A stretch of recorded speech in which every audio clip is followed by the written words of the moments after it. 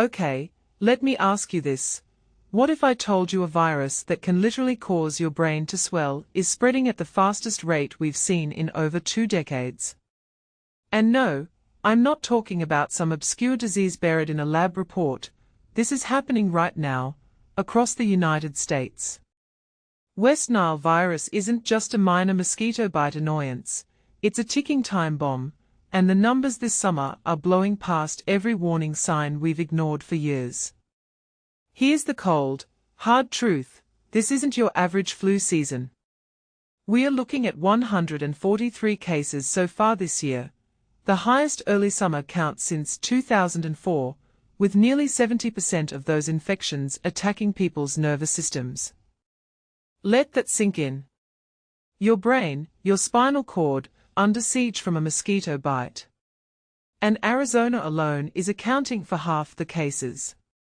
But what's really shocking isn't just the numbers, it's how unprepared we seem to be for this new normal. Let me break this down. Most people infected with West Nile, they'll never even know it. 80% of cases are asymptomatic, or so mild they are dismissed as a summer flu.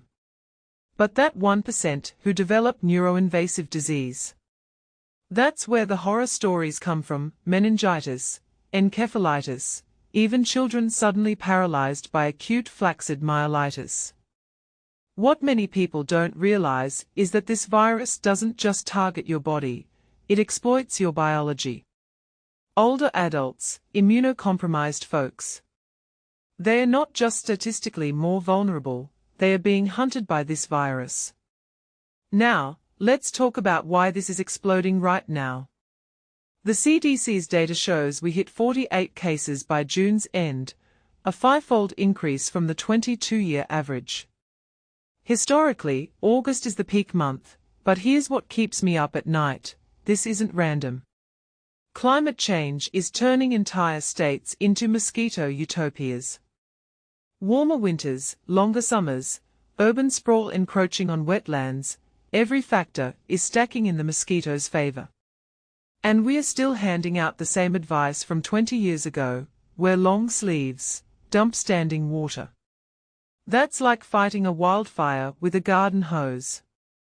Arizona's 71 cases are terrifying, sure, but what's happening in New York should terrify everyone. No human cases reported yet, but the virus is already circulating in NYC mosquitoes at twice last year's rate. This isn't just a southern problem, or a dry climate issue. It's a national warning shot. If we are not tracking mosquito genetics and migration patterns with military-grade precision, we are playing whack-a-mole with an enemy that evolves faster than our public health policies.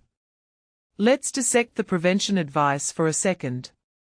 Yes, covering skin and using EPA repellents makes sense, but here's the elephant in the room: we are treating this like a personal responsibility crisis, not a systemic failure. Why aren't cities investing in genetically modified sterile mosquitoes?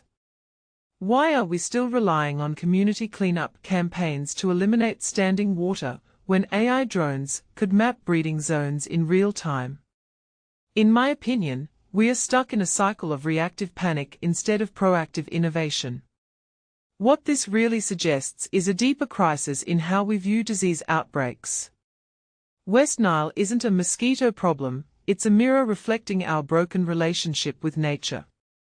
Every surge in cases is a symptom of larger systems collapsing: climate, healthcare access, urban planning.